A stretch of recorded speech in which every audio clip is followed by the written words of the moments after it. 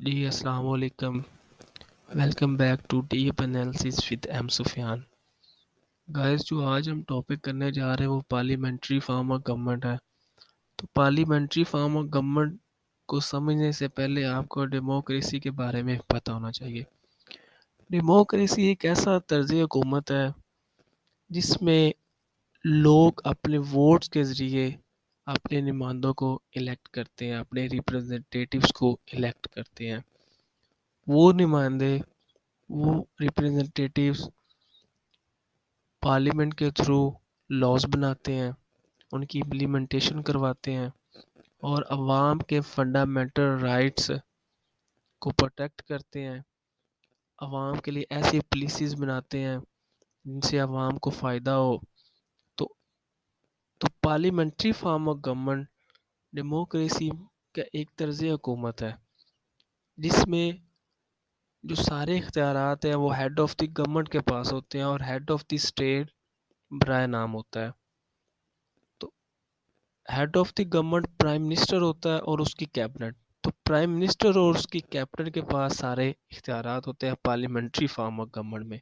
اس کے بعد ہم پریزیڈنشل فارم آف گورنمنٹ پڑھیں گے جس میں ہم دیکھیں گے کہ اختیارات کا جو سرچشمہ ہوتا ہے، بہت سارے جو اختیارات ہوتے ہیں وہ صدر کے پاس ہوتے ہیں. تو اس کی ڈیفینیشن پہ چلتے ہیں.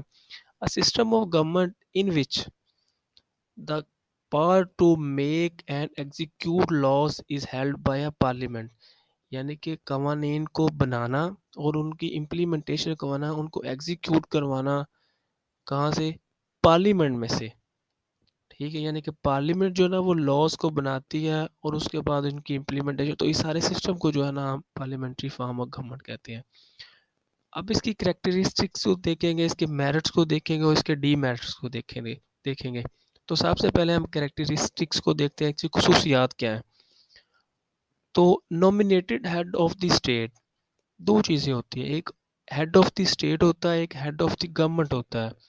جب آپ ہیڈ آف دی اسٹیٹ کی بات کرتے ہیں ریاست کا سربراہ ہوتا ہے اور ہیڈ آف دی گورنمنٹ ایک حکومت کا سربراہ. جب آپ پارلیمنٹری فارم آف گورنمنٹ کی بات کرتے ہیں تو ہیڈ آف دی اسٹیٹ برائے نام ہوتا ہے، اس کے پاس تھوڑے سے اختیارات ہوتے ہیں، زیادہ اختیارات نہیں ہوتے. تو زیادہ اختیارات کس کے پاس ہوتے ہیں؟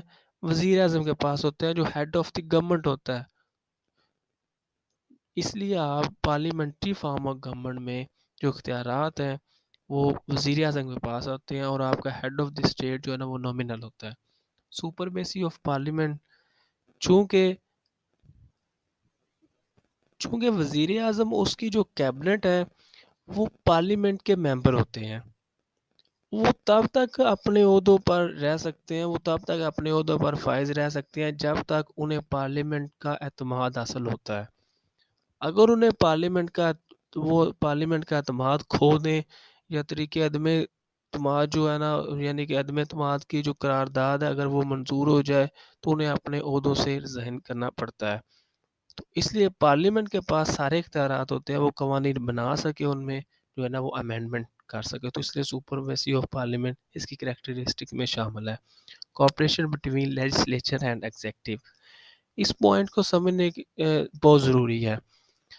اب دو چیزیں ہیں، ایک لیجسلیچر ہے، ایک ایگزیکٹو ہے، ایک مقننہ ہے، ایک انتظامیہ ہے. مقننہ لیجسلیچر پارلیمنٹ، تو وزیر اعظم اور اس کی کیبنٹ، جو پارلیمنٹ جو ہے نا وہ جو پارلیمنٹ کے ارکان ہے، جو اکثریتی جماعت ہے وہ اپنا وزیر اعظم بناتی ہے اور وزیر اعظم اپنی ٹیم جو کیبنٹ ہے اس کو سلیکٹ کرتا ہے. اب جو ایگزیکٹو ہے، انتظامیہ، جو اب انتظامی معاملات ہیں وہ کیبنٹ نے دیکھنے ہوتے ہیں. تو کیبنٹ کے جو ممبرز ہیں وہ کہاں سے آتے ہیں؟ لیجسلیچر سے آتے ہیں. تو اس لیے کہا جاتا ہے کہ لیجسلیچر اور ایگزیکٹو میں ہم آہنگی پائی جاتی ہے، کوآپریشن پائی جاتی ہے، ان کے درمیان ایک رابطہ ہوتا ہے جس کی وجہ سے پارلیمنٹری فارم آف گورنمنٹ ہے وہ اس کو آسان طریقے سے چلایا جاتا ہے. ریئل ایگزیکٹو، جو ریئل ایگزیکٹو جب آپ پڑھتے ہیں تو اس کا مطلب یہ ہے کہ وزیر اعظم اور اس کی کیبنٹ کو حاصل ہے، یعنی تمام اختیارات اس کی جو وزیر اعظم اور اس کی کیبنٹ کو حاصل ہے. وہ نہ صرف وہ انتظامی معاملات کو دیکھتے ہیں، ایگزیکٹو میں معاملات کو دیکھتے ہیں، بلکہ وہ لیجسلیچر کی جو لیجسلیشن پروسیس ہے اس کے معاملات کو بھی دیکھتے ہیں۔ تو آگے نیکسٹ اس کا پرنسپل آف کامن رسپانسبلٹی۔ وزیر اعظم جو پرائم منسٹر اور اس کی کیبنٹ، وہ کامن رسپانسبلٹی ٹو پارلیمنٹس، یعنی کہ وہ مشترکہ طور پر وہ پارلیمنٹ کے سامنے جواب دیں ہیں۔ اگر ایک وزیر کے خلاف یا وزیر اعظم کے خلاف اگر طریقے عدم اعتماد آتی ہے، وہ منظور ہو جاتی ہے، وہ پاس ہو جاتی ہے، تو نہ کہ اس وزیر کو بلکہ پوری کیبنٹ کو وزیر اعظم کو ریزائن کرنا پڑتا ہے۔ تو اس لیے کہا جاتا ہے کہ اگر ایک وزیر کی سزا ہے تو اس کا ازالہ پوری کیبنٹ کرتی ہے، تو پوری کیبنٹ کو ریزائن کرنا پڑتا ہے۔ تو اس لیے اس کو کامن رسپانسبلٹی بولا جاتا ہے۔ Status of the prime minister, prime minister کو بہت زیادہ اہمیت حاصل ہے، اس کی بڑی حیثیت ہوتی ہے، وہ امپورٹنٹ فگر ہوتا ہے، وہ جو اکثریتی جماعت ہے اس کا رہنما ہوتا ہے، وہ پارٹی کا سربراہ بھی ہو سکتا ہے، وہ کابینہ کا سربراہ ہوتا ہے، وہ ٹیم یعنی وہ کیپٹن آف دی ٹیم ہوتا ہے، اس کی جو کیبنٹ ہے اس کا کپتان ہے۔ اور سب سے بڑی بات ہے وہ برج ہے، head of the state and government, ان کے درمیان ایک برج ہے، ہیڈ آف دی اسٹیٹ اور کیبنٹ ان کے درمیان ایک برج ہے، پرائم منسٹر۔ تو نیکسٹ ہے ہمیں اس کی negation of separation of power ہے۔ سپریشن آف پاور کو سمجھنے کے لیے ہم بیرن ڈی مینٹسکیو، اس نے یہ ایک سپریشن آف کنسیپٹ دیا، separation of power. Separation of power سے کا مطلب یہ ہے کہ لیجسلیچر، ایگزیکٹو اور جوڈیشری، ان تینوں کا اختیارات علیحدہ علیحدہ ہے، ان کو ایک دوسرے کے اختیارات میں انٹرفیئر نہیں کر سکتے، تو یہ سپریشن آف پاور ہے۔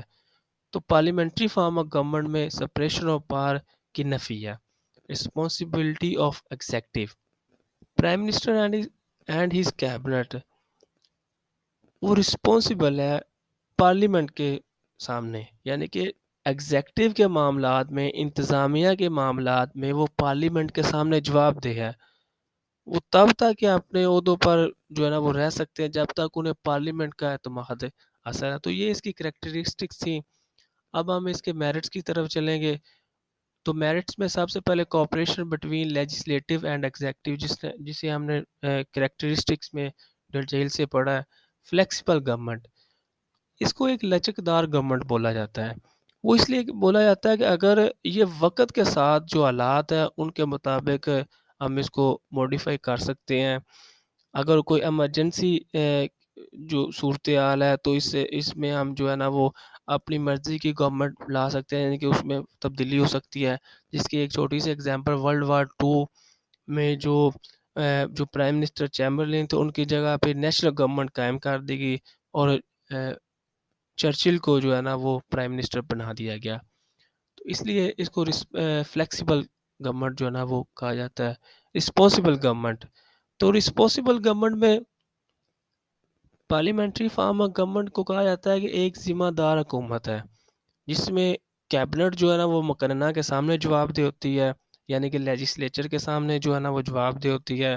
لیجسلیچر میں ایک وقفہ سوالات ہوتے ہیں، جو اس کے ممبرز آف لیجسلیچر اسمبلی ہیں وہ سوالات کرتے ہیں، وہ کرٹیسزم بھی کرتے ہیں، وہ جو انتظامیہ کے ممبرز ہیں وہ اکاؤنٹیبل ہوتے ہیں ان کے سامنے۔ تو وہ اگر ان کو یعنی کہ جو مقننہ ان کے ارکان کو وہ سیٹسفائی کر سکتے ہیں، اگر وہ ان کو سیٹسفائی نہیں کرتے تو انہیں پھر تنقید کا سامنا کرنا پڑتا ہے۔ تو اس کے بعد ایبل اینڈ ایکسپیرینسڈ گورنمنٹ ہے۔ اس میں قابل اور تجربہ کار لوگ ہوتے ہیں۔ جو پرائم منسٹر ہوتا ہے وہ عوام کا مقبول ترین رہنما ہوتا ہے۔ وہی شخص جو ہے نا وہ پرائم منسٹر بن سکتا ہے جو اپنی پارٹی میں بھی ایک حیثیت رکھتا ہو اور اپنی جو قابلیت ہے وہ سب دکھا چکا ہو۔ تو اس وجہ سے ایک ایگزامپل چرچل کی دی جاتی ہے کہ وہ اس کا جو پولیٹیکل کیریئر تھا وہ 50 یعنی 40 ایئرز پر مشتمل تھا۔ 40 ایئرز کے بعد وہ جا کر پرائم منسٹر بنا تھا۔ تو اس کے بعد سپرمیسی آف پیپل، کیونکہ لوگ اپنی جو گورنمنٹ لوگ جو اپنے نمائندے ہیں وہ خود الیکٹ کرتے ہیں، تو اس لیے کہا جاتا ہے کہ عوام کی بالادستی ہوتی ہے، جو ارکان ہے وہ عوام کے سامنے بھی جواب دہ ہوتے ہیں، وہ پارلیمنٹ کے آگے بھی جواب دہ ہوتے ہیں، تو اس وجہ سے سپرمیسی آف پیپل ہے۔ اس کے بعد پروویژن آف لیڈرشپ، چونکہ جو پارلیمنٹ ہے اس کے اندر جو سپیچز ہو رہی ہوتی ہیں، جو مختلف بحث ہو رہی ہوتی ہے، اس کو عوام جو ہے نا وہ دیکھ رہی ہوتی ہے، اس کے جو ینگ آپ کہہ سکتے ہیں کہ جنریشن ہے ان کو اس کو دیکھ رہی ہوتی ہے، جو ینگ پولیٹیشین ہے وہ ساری چیزوں کو بریک بینی سے دیکھ سکتے ہیں، تو اس پہ جو ہے نا وہ انہیں بحث میں حصہ لینا کا بھی موقع ملتا ہے، تو اس طرح ایک لیڈرشپ کی جو ہے نا آپ کہہ سکتے ہیں فراہمی ہوتی ہے گڈ ایڈمنسٹریشن۔ اب جو گڈ ایڈمنسٹریشن میں یہ ہے کہ جو انتظامیہ ایگزیکٹو ہے وہ پارلیمنٹ کے سامنے جواب دہ ہے، اگر اس کو وہ اس کی جو کارکردگی ہے وہ تسلی بخش نہیں ہے، تو پھر اس کو آپ کہہ سکتے ہیں کہ جو پارلیمنٹ کے ارکان ہیں ان کے سوالات کا سامنا کرنا پڑتا ہے، ٹھیک ہے، ان کو جو تنقید ہے وہ برداشت کرنی پڑتی ہے، تو اس لیے ان کا جو احتساب ہے وہ پارلیمنٹ میں ہوتا ہے، تو آپ کہہ سکتے ہیں کہ گڈ ایڈمنسٹریشن پارلیمنٹ اس کی جو میرٹس میں شامل ہے۔ افیکٹو اپوزیشن، جو پارلیمنٹ میں ایک حکمران جماعت ہوتی ہے، ایک اپوزیشن ہوتی ہے، جو اپوزیشن ہے وہ گورنمنٹ کی ایکٹیویٹیز ہے ان پہ نظر رکھتی ہے، ان پہ تنقید بھی کرتی ہے، عوام کو ان سے شناس بھی کرواتی ہے، عوام کو جو ہے نا وہ بتاتی ہے کہ حکومت کی یہ جو ہے نا ایکٹیویٹیز ہیں، تو اس حوالے سے وہ عوام کی سیاسی تربیت بھی کر رہی ہوتی ہے، تو اس لیے اپوزیشن کا جو ہے نا وہ مؤثر ہونا بہت ضروری ہے پارلیمنٹری فارم آف گورنمنٹ کے لیے۔ پولیٹیکل ٹریننگ آف پیپل، عوام کی سیاسی تربیت ہو رہی ہوتی ہے، مقننہ میں جو لیجسلیچر ہے اس میں نیشنل اور انٹرنیشنل ایشوز کو ڈسکس کیا جاتا ہے، میڈیا کے ذریعے کوریج دی جاتی ہے، عوام جو ہے نا وہ خصوصی دلچسپی لیتے ہیں، وہ ساری کارروائی کو جو سوالات کے جوابات ہیں ان کو دیکھ رہے ہوتے ہیں، تو اس حوالے سے جو ہے نا وہ عوام کی ایک سیاسی تربیت ہو رہی ہوتی ہے۔ اب اس کے ڈی میرٹس اور پارلیمنٹری سسٹم یعنی کہ ڈی میرٹس جو اس کی خامیاں وہ ہم ڈسکس کریں گے، تو سب سے پہلے انسٹیبل گورنمنٹ ہے۔ انسٹیبل گورنمنٹ سے مراد یہ ہے کہ اگر فار ایگزامپل پارلیمنٹ میں کسی جماعت کو اکثریت نہیں مل رہی تو ایک کولیشن گورنمنٹ بنتی ہے، کولیشن گورنمنٹ میں پارٹیز کے انٹرسٹ ہوتے ہیں، تو آپ یہ کہہ سکتے ہیں اگر انٹرسٹ کو سیو کرتے ہیں پارٹیز، تو ایک طریقے میں تمہارا جب آتی ہے تو جو اس کی گورنمنٹ، تو گورنمنٹ میں جو لوگ ہوتے ہیں وہ اگر اپنے انٹرسٹ کو سیو کر کے اگر وہ اپنی وفاداریاں تبدیل کر لیں تو گورنمنٹ کا خاتمہ ہو جاتا ہے، تو ایک سٹیبلٹی نہیں ہوتی، سٹیبلٹی نہیں ہوگی تو کنٹینیوٹی آف پالیسیز نہیں ہوگی، جس طرح ہمارا دوسرا پوائنٹ ہے کہ ڈسکنٹینیوٹی آف پالیسیز ہے، تو ایک عدم تسلسل، اس میں تسلسل نہیں رہے گا، کنٹینیوٹی نہیں ہوگی پالیسیز میں، اگر ایک گورنمنٹ آئی اس نے اپنی پالیسیز واضح کی ہیں، وہ 2 سال رہی ہے، 3 سال رہی ہے، 4 سال رہی ہے، اس نے اپنا ٹیور پورا نہیں کیا تو وہ پالیسیز رک جائیں گی، نئی گورنمنٹ آئے گی وہ نئی پالیسیز دیں گی، تو اس سے جو ہے نا وہ ایک پرانے جو منصوبے اگر پچھلی گورنمنٹ نے شروع کیے وہ ادھورے رہ جاتے ہیں، تو اس وجہ سے بہت سارے جو وسائل ہیں ان کا وہ ضائع بھی ہو جاتے ہیں، تو discontinuity of policy, political bribery, جب آپ فار ایگزامپل ہم نے کہا کہ طریقے میں تماد آتی ہے، اگر لوگ اپنے دوسرے جو پارٹی کے ارکان ان کو ساتھ ملانے کے لیے جو ہے نا وہ رشوت دیتے ہیں، تو جو لوگ اپنے وفاداریاں بیچ دیتے ہیں، تو اس سے ملک کے اندر ایک سٹیبلٹی نہیں رہتی، وہ سسٹم نہیں چل سکتا، تو یہ اس کے ڈی میرٹس میں شامل ہے۔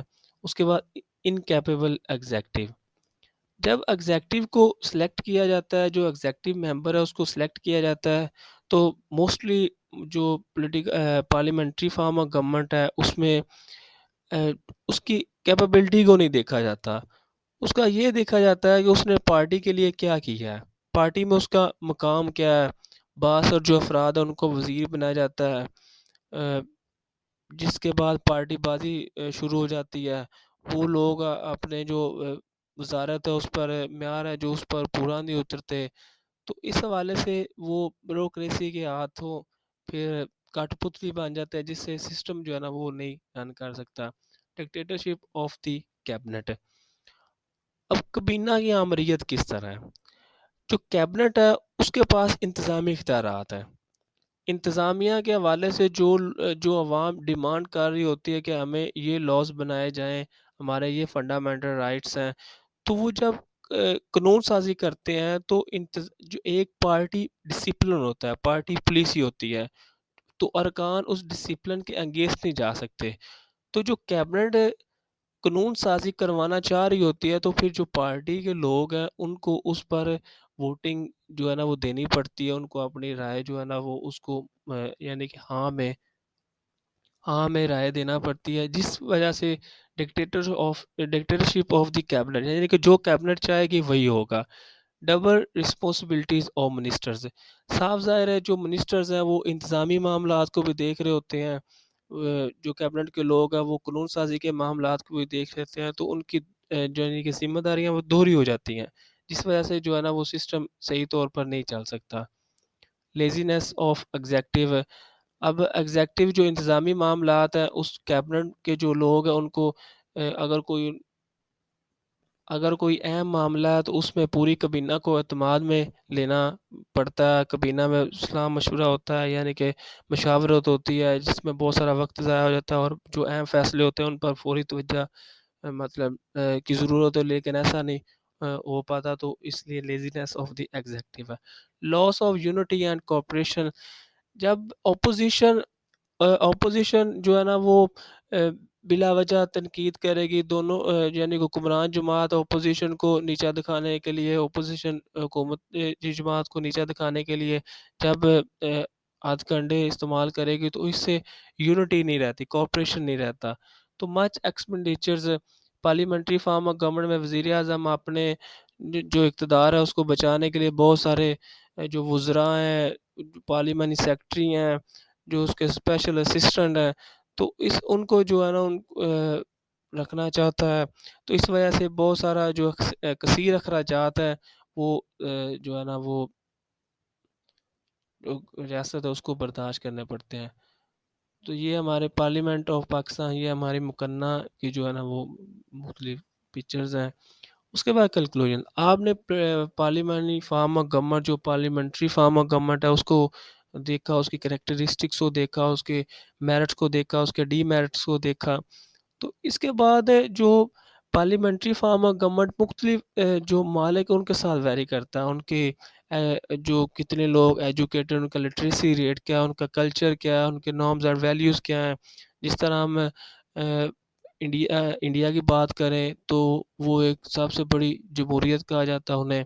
اس کے بعد جب ہم برطانیہ کی بات کریں تو British parliament is the mother of all parliaments. تو یہ اس ممالک جو اس کنٹری ہے اس کے کیا یعنی اس کی ڈیموگرافی کیا ہے، اس کے لوگ کتنی لٹریسی ریٹ ہے، تو یہ ساری چیزیں بھی میٹر کر رہی ہوتی ہیں. تو تھینکس فار واچنگ. نیکسٹ جو ہماری ویڈیو ہوگی وہ پریزیڈینشیل فارم آف گورنمنٹ ہوگی. ہم اس کے بعد دیکھیں گے کہ پریزیڈینشیل فارم آف گورنمنٹ میں کیا کیا چیزیں ہیں. تو تھینک یو سو مچ.